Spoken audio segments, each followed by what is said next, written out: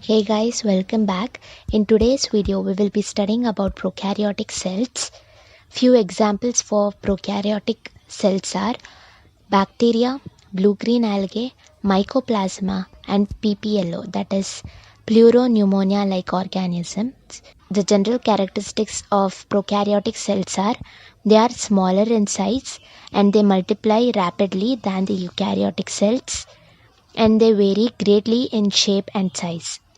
The common four basic shapes of bacteria are bacillus, that is rod shape, coccus, that is spherical shape, vibrio, that is comma shaped bacteria, and spirillum is spiral shaped bacteria. Now let us study about prokaryotic organisms little briefly. Prokaryotic organisms have a cell wall surrounding the cell membrane except mycoplasma. Fluid matrix filled inside the cell is called as cytoplasm, and prokaryotic organisms do not have well-defined nucleus. Genetic material is naked, that is, it is not surrounded by nuclear membrane. Along with the genomic DNA, many bacteria have smaller circular DNA outside the genomic DNA called as plasmids, which are colorless. The plasmid DNA gives certain unique phenotypic characters to such bacteria. Example for one such character is resistance to antibiotics. Nuclear membrane is found in eukaryotes. In prokaryotic cells, there is no organelle found except for ribosomes.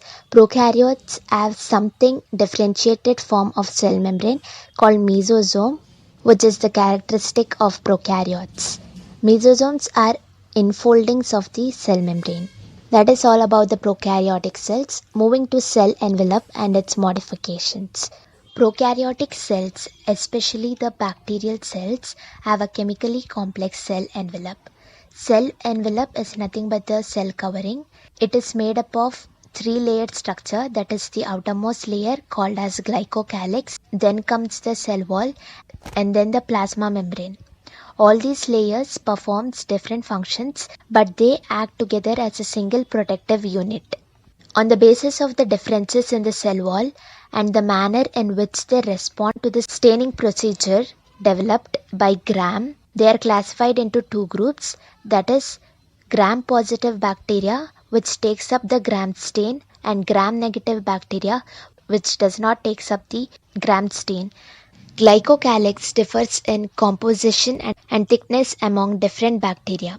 Glycocalyx can be a loose sheath called slime layer, or it can be a thick and tough called capsule. Now let us study about the characteristics of cell wall. Cell wall determines the shape of the cell and provides strong structural support to prevent the bacterium from bursting or collapsing. Some of the characteristics of plasma membrane are: it is selectively permeable membrane which allows only the selected material to pass through it. This membrane is structurally similar to eukaryotes. Next, let us study about the characteristics of mesosomes. Mesosomes are special membranous structure formed by extensions of plasma membrane into the cell. These extensions are in the form of vesicles, tubules, and lamellae. All these help in the cell wall formation, DNA replication and distribution to daughter cells, and also they help in respiration, secretion processes to increase the surface area of the plasma membrane, and also the enzymatic content. In prokaryotes such as cyanobacteria, they have membranous extensions into the cytoplasma called chromatophores, which contains pigments in them. Bacterial cells can be motile or non-motile, that is movable or immovable. If they are movable, then they contain thin filamentous extensions from their cell wall called as flagella. Bacterial flagellum is composed of three parts. They are filament, hook, and basal body. Filament is the longest portion and extends from the cell surface to the outside. Besides flagella, pili, fimbriae are also the surface structures of the bacteria but do not play a role in motility. The pili are elongated tubular structures made up of special protein, whereas the fimbriae are small bristle-like fibers sprouting out of the cell.